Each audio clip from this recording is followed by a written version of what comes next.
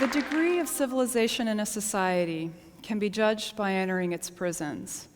This famous quote by Dostoevsky reminds us that to truly understand the progression of humanity, we should open our eyes to see how we treat some of the most unsympathetic characters in our world.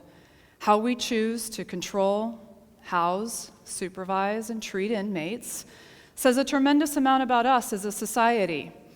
And while I sincerely agree with this idea, I personally think it doesn't go far enough. Some inmates are more vulnerable than others and more marginalized.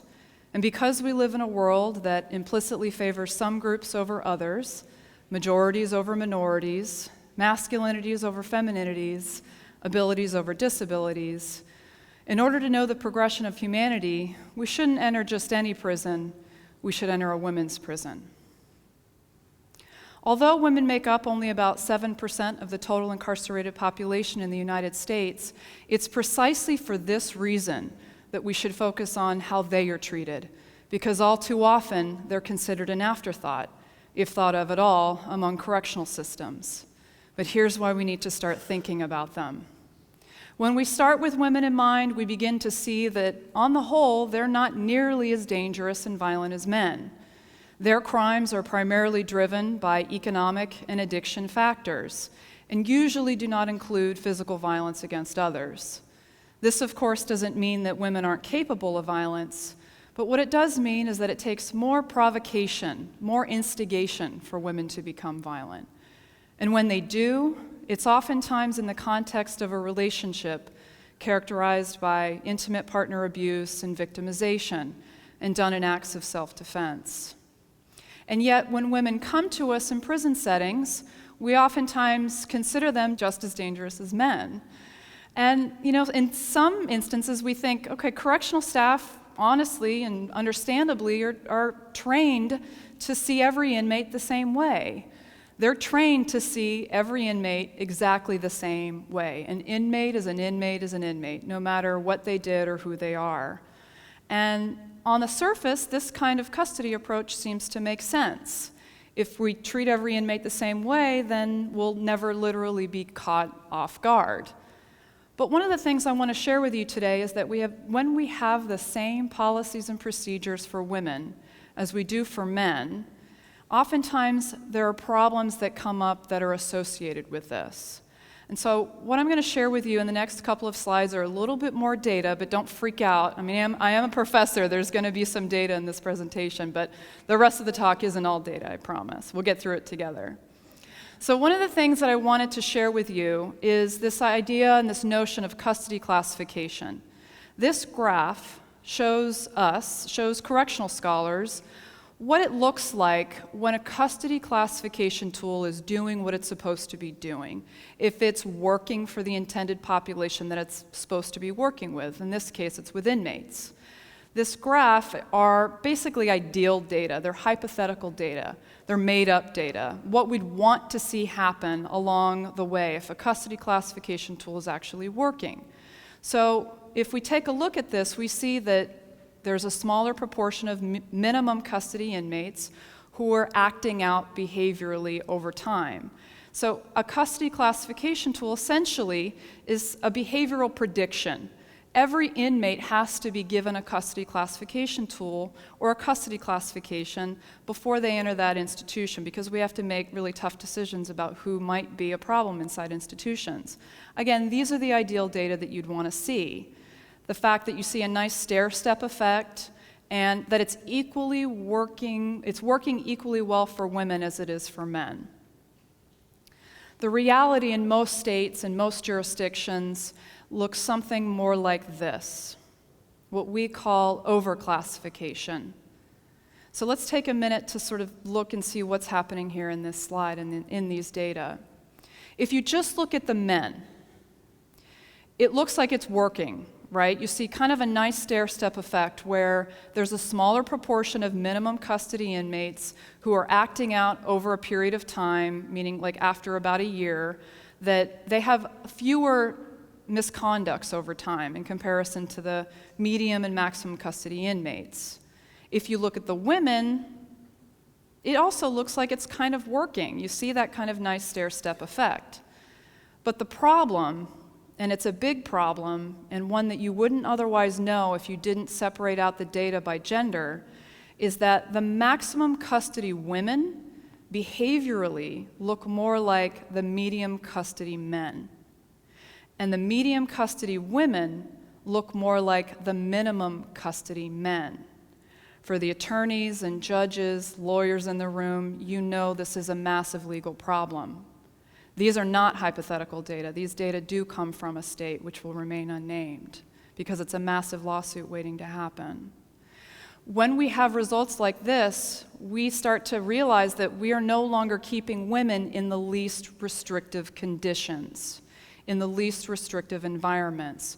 And we have a mandate, a legal mandate, governed by associations like the United Nations and the American Bar Association that mandate we have the least restrictive environments for inmates based on their behavior. This is a problem when we have the same custody classification tool used for women, assuming they're just as dangerous as men. When we start with women in mind, we also begin to see that they are the ones who will be returning to children upon their release. They are the ones who will be taking care of the kids when they return to communities.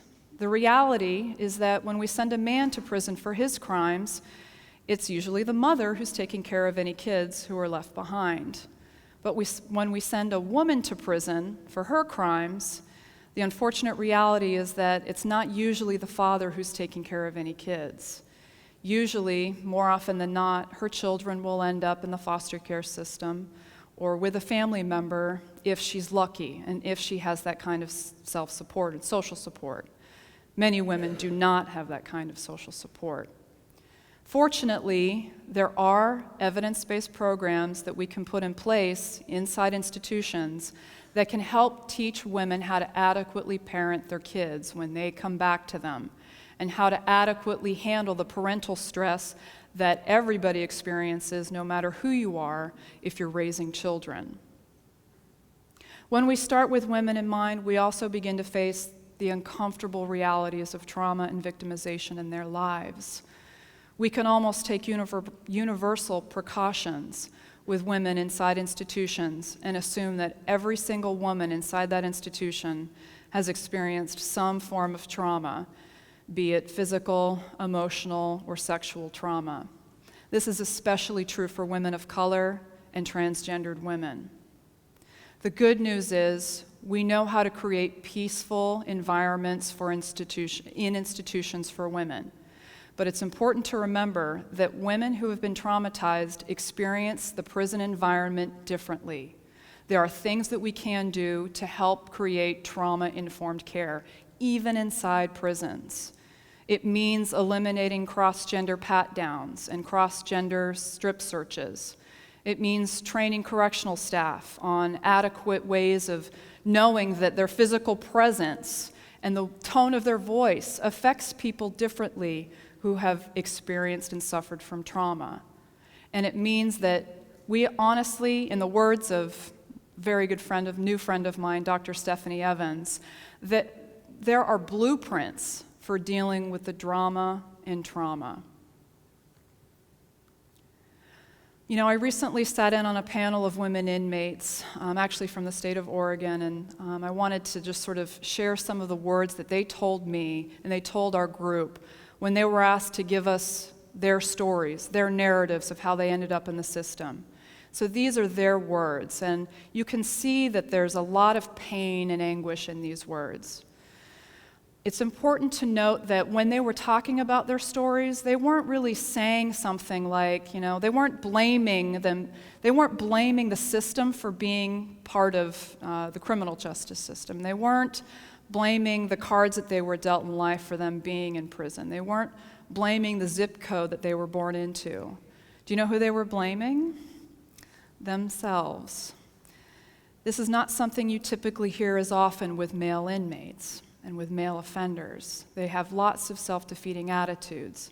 The good news is women know how to get to places where they can start thinking about more positive attitudes and more positive things, including the strengths that they bring to elicit the courage to move forward from trauma and victimization in their lives.